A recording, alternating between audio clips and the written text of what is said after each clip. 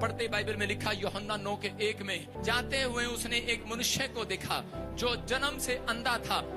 देखो यहाँ पर एक व्यक्ति था जो जन्म से अंधा था, और जब वो अंधा बच्चा पैदा हुआ तो उसी समय वो आदमी यीशु मसीह के पास गया और जाकर कहने लगा, परमेश्वर मुझे एक बात बताओ, यीशु मुझे एक बात बताओ कि ठीक है मैंने आज तक सुना है किसी को पैरालाइज हो गया, हाँ इसने कोई पाप किया होगा, इसको कोई प्रॉब्लम हो गया, इसने कोई पाप किया होगा, लेकिन कहता है ये बच्चा जो जन्म से अंधा पैदा हुआ इसने क्या पाप किया? इसके माँ बाप ने पाप किया हो सकता है, लेकिन इसने कौन सा पाप किया जो जन्म से अंधा हुआ? क्योंकि मैंने सुना है जो पाप करता है वो बीमार पड़ता है, लेकिन इसने कहा, कहता है कि ये व्यक्ति ने, कहता है ये अंधा है जन्म से, इसने क्या पाप किया मुझे बता। यीशु मसीह ने कहा, कहता है कि इसने कोई पाप नहीं किया, कहता है ये इसलिए ऐसे पैदा हुआ कि ताकि परमेश्वर की योजना इसके जीवन से पूरी हो। हालेलुया।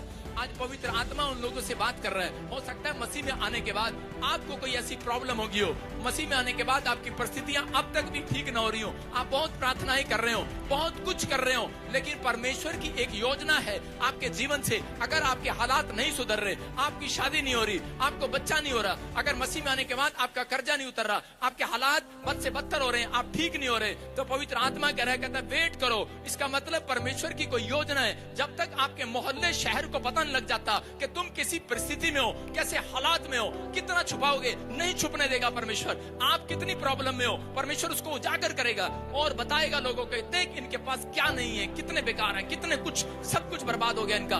लोग आपका थू थू करेंगे, लोग आपके बारे में कहेंगे तुझे कुछ नहीं मिला, लेकिन उसमें जो व्यक्ति बना रहेगा और परमेश्वर से प्रार्थना करता रहेगा, परमेश्वर उसका टाइम चेंज करेगा यीशु मसीह के नाम में।